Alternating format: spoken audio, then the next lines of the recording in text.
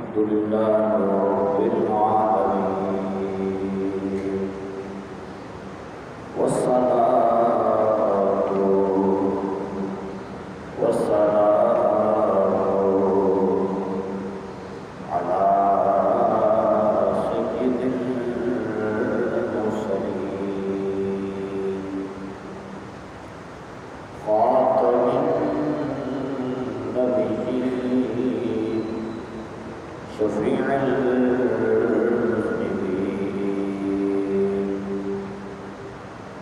وعلى آله الطيبين الطاهرين وأصحابهم الهادين المهديين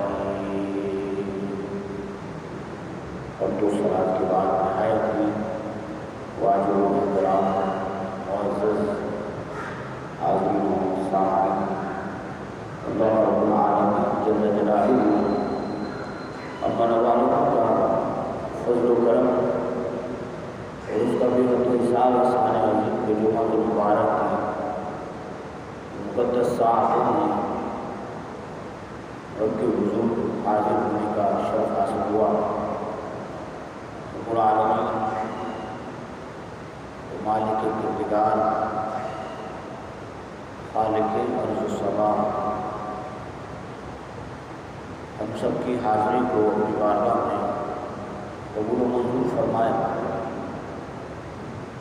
اور جو کچھ بیان کیا جائے اسے صحیح معنی بیان کرنے، اس کو سن کر سمجھ کر اس پر ہم سب کو عمل کی توفیق عطا فرمائے۔ ماہ رمضان مبارک کا پہلا جمعہ اور دوسرا روزہ ہے اور اللہ رب العالمین نے کرم فرمایا، جو فضل فرمایا کہ ہماری زندگی میں ایک مرتبہ پھر ہمیں یہ ماہ مقدس عطا فرمایا، اور دعا ہے کہ اللہ رب العالمین ماہ مبارک کے سب کی ہم سب کی بخشش و مغفرت فرمائے اور گزشتہ گناہوں پر شرمسار ہونے اور توبہ کرنے کی توفیق عطا فرمائے، آئندہ گناہوں سے بچنے کی توفیق عطا فرمائے۔ قرآن مجید فرقان حمید میں ماہ رمضان مبارک روزے کی فرضیت کے حوالے سے اللہ رب العالمین جل جلالہ نے واضح میں ارشاد فرمایا کہ یا ایھا الذین آمنوا کتب علیکم الصیام کما کتب علی الذین من قبلکم لعلکم تتقون۔ ایمان والوں تم پر روزے فرض کیے گئے اس طرح تم سے پہلے لوگوں پر فرض کیے گئے تھے۔ کیوں فرض کیے گئے؟ لعلکم تتقون، تاکہ تم متقی بن جاؤ، تاکہ تم پرہیزگار بن جاؤ۔ تو اصل مقصد اللہ رب العالمین چاہتا یہ ہے کہ اس روزے کے ذریعے سے، روزے کے سبب سے اس کا بندہ تقوی اختیار کر لے، اس لیے اس نے روزے کو فرض قرار دیا۔ اور جیسے میں نے ذکر کیا تھا کہ فرض اللہ کا حکم ہے، جہاں فرضیت کہیں پر بھی ارکان اسلام میں فرضیت جس بھی زمرے میں آئے گی، چاہے وہ نماز ہو، چاہے وہ روزہ ہو، چاہے وہ حج ہو، چاہے وہ زکوٰۃ ہو۔ نماز 5 وقت فرض ہے، روزہ ماہ رمضان مبارک کا چاند نظر آیا، اب روزہ فرض ہو گیا۔ 30 دن روزے کی فرضیت یہ ہر حال میں ہم پر لاگو ہے کہ ہم نے روزہ رکھنا ہی رکھنا ہے۔ جب تک کہ عید کا چاند نظر نہیں آتا اس فرضیت سے کوئی انکار نہیں کر سکتا، اور سستی کی بنا پر یا روزے کو حقیر جان کر چھوڑ دینے والا، جان بوجھ کر چھوڑ دینے والا گناہگار بھی ہوگا اور اللہ کے عذاب کا مستحق بھی ہوگا، سزا کا مستحق بھی ٹھہرے گا۔ اسی طرح فرمایا حج کیا ہے؟ حج صاحب استطاعت پر فرض ہے۔ جو صاحب استطاعت ہے، وسائل بھی ہیں اس کے پاس، لیکن اس کے باوجود اس فرضیت کا انکار کر رہا ہے، تو فرمایا کہ وہ شخص بھی گناہگار ہوگا، اس لیے کہ فرضیت اس پر لاگو ہو چکی ہے، حکم اس کے لیے نازل ہو چکا ہے، اب اس کی فرضیت کیا ہو گئی؟ اللہ رب العالمین نے فرما دیا کہ قرآن مجید فرقان حمید میں فرما دیا وَلِلَّهِ عَلَى النَّاسِ حِجُّ الْبَيْتِ مَنِ اسْتَطَاعَ إِلَيْهِ سَبِيلًا۔ جو استطاعت رکھتا ہے وہ کیا کرے گا؟ اب وہ حج کرنے کے لیے لازم جائے گا، لازمی اس کو حج کرنا ہوگا۔ اسی طرح فرمایا زکوٰۃ، یعنی ارکان اسلام میں زکوٰۃ کو اہمیت حاصل ہے۔ جو صاحب نصاب ہوگا اس پر زکوٰۃ اس کی ادائیگی فرض ہو گئی ہے۔ اب اگر وہ ادا نہیں کرتا تو پھر اللہ کے عذاب کا گناہ کا مرتکب ٹھہرے گا اور اللہ کے عذاب کا مستحق ٹھہرے گا۔ تو بات تمہاری چل رہی روزے سے متعلق، قرآن مجید فرقان حمید میں روزے کو بھی فرض قرار دیا گیا ہے۔ اور کیوں فرض قرار دیا گیا؟ اللہ چاہتا کیا ہے؟ اس کی فرضیت کیوں لاگو کی گئی ہم پر؟ اللہ چاہتا یہ ہے کہ لعلکم تتقون، تاکہ تم متقی بن جاؤ، تاکہ تم پرہیزگار بن جاؤ، تاکہ تم گناہوں سے بچ جاؤ۔ اب در حقیقت ماہ رمضان مبارک اور روزہ ہے پریکٹس۔ کس چیز کی پریکٹس ہے؟ فرمایا یہ پریکٹس ہے مجاہدے کی، یہ پریکٹس ہے جد و جہد کی۔ فرمایا یہ پریکٹس ہے کس کی؟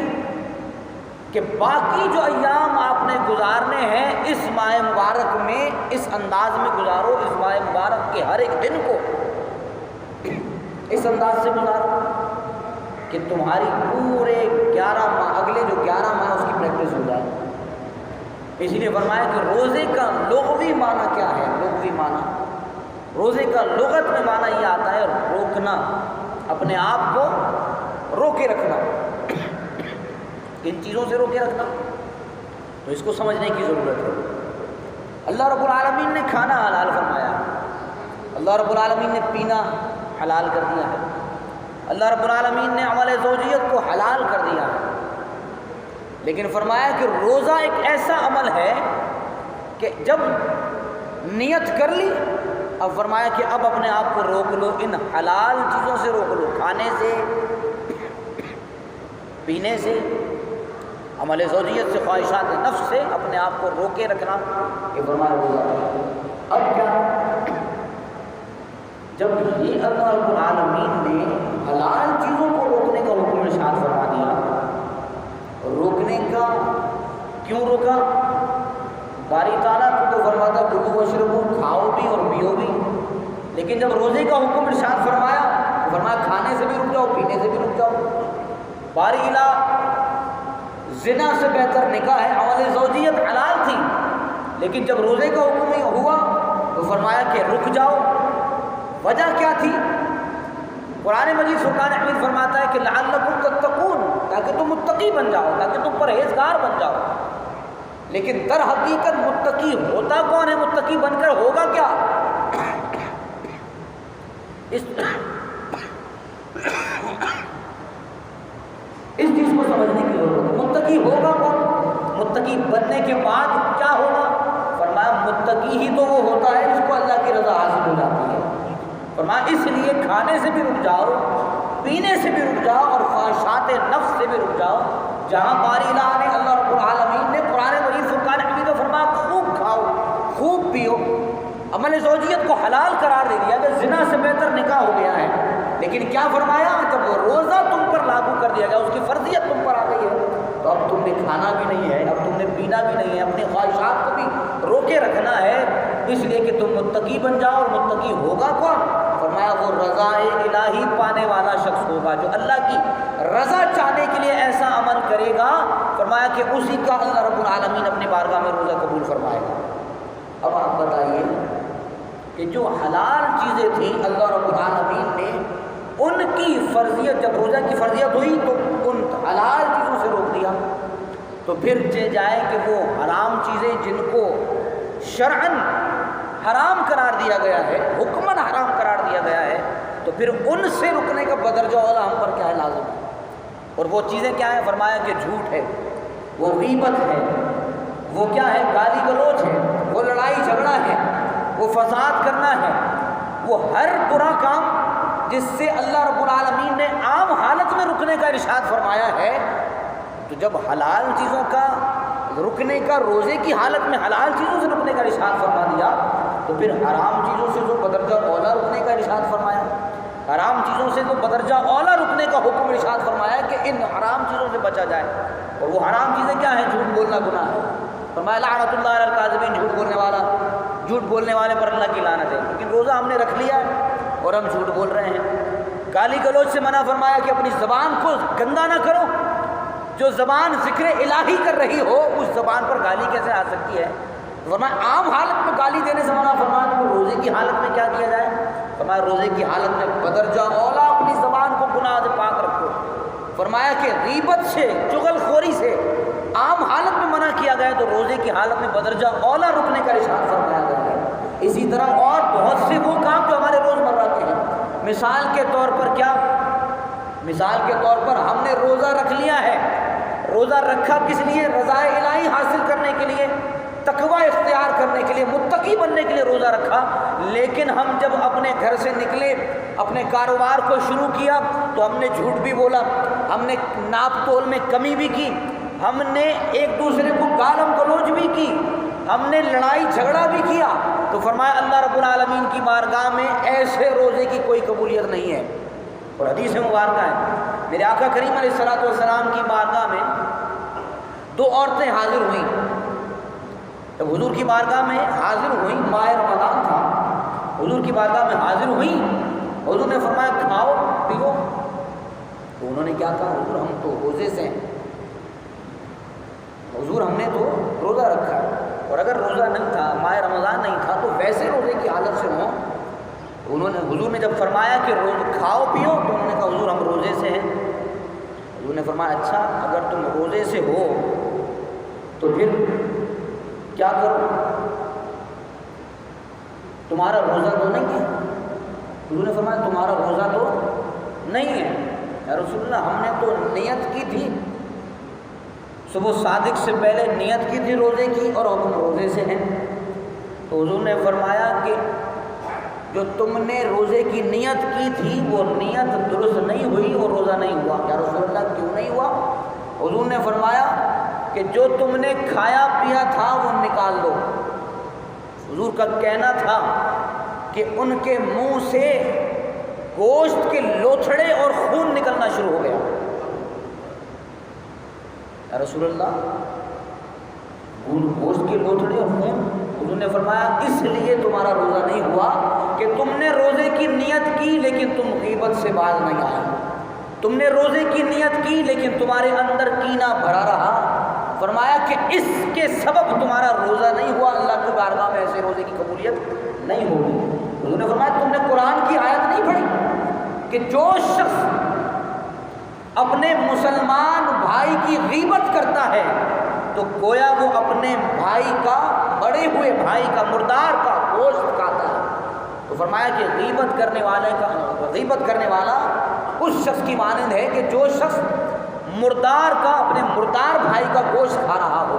تو پتہ یہ چلا کہ روزے کی حالت میں جب حلال چیزوں سے منع کیا گیا ہے تو وہ ممنوعہ چیزیں جن کو بدرجہ اولا روزے سے ہٹ کر بھی عام حالت میں منع کیا گیا ہے، تو بتائیے کہ ان چیزوں سے بچنے کی اشد ہے، ان کی ہدایت دی گئی، حکم دیا گیا ہے، ضروری اس کو بجا لانا کیا ہم پر ضروری ہے۔ ہم نے روزہ رکھ لیا، نیت کر لی، ماہ صیام آ گیا، اس کی برکتیں تو بے شمار ہیں۔ ہر ایک لمحے میں اللہ رب العالمین 6 لاکھ جہنمیوں کو جہنم سے آزاد فرماتا ہے، یہ اس کا وعدہ ہے، حضور کا فرمان عالی شان ہے۔ ہر ایک لمحے میں ماہ رمضان کا چاند جیسے ہی نظر آیا، ہر ایک لمحے میں اللہ رب العالمین 6 لاکھ جہنمیوں کو جہنم سے آزادی عطا فرماتا ہے۔ کون سے وہ لوگ جو روزہ بھی رکھیں اور اس کے ظاہری اور باطنی حقوق بھی ادا کریں۔ من صام رمضان ایمانا و احتسابا غفر له ما تقدم من ذنبہ، کہ جس نے ایمان اور احتساب کے ساتھ روزہ رکھا تو میرے آقا کریم علیہ الصلوۃ والسلام کیا ارشاد فرماتے ہیں کہ غفر له ما تقدم من ذنبہ، اللہ رب العالمین اس کے سابقہ گناہوں کو معاف فرما دیتا ہے۔ اب بتائیے کہ روزہ تو ہم نے رکھ لیا لیکن ہمارے معاملات کیا ہے؟ معاملات ہمارے وہی پرانی روٹین کے مطابق چل رہے ہیں۔ روزہ ہم نے رکھ لیا ہے، روزہ رکھ کر ہم اپنے بھائی کی غیبت کر رہے ہوتے ہیں کہ یار میں بڑا متقی ہوں، میں نے تو روزہ رکھ لیا، فلاں شخص نے روزہ نہیں رکھا۔ تراویح کی نماز ادا کرنے کے بعد ہم خود بہت بڑے بننے خواہ بن جاتے ہیں کہ میں نے تو 20 رکعت تک تراویح کی نماز ادا کر لی ہے، لیکن یہ کیسا شخص ہے جو تراویح کی رکعت نماز ادا نہیں پڑھ رہا؟ لیکن کیا معلوم کسی کی کیا مجبوری ہو۔ اب یہ چیز بھی کیا ہے؟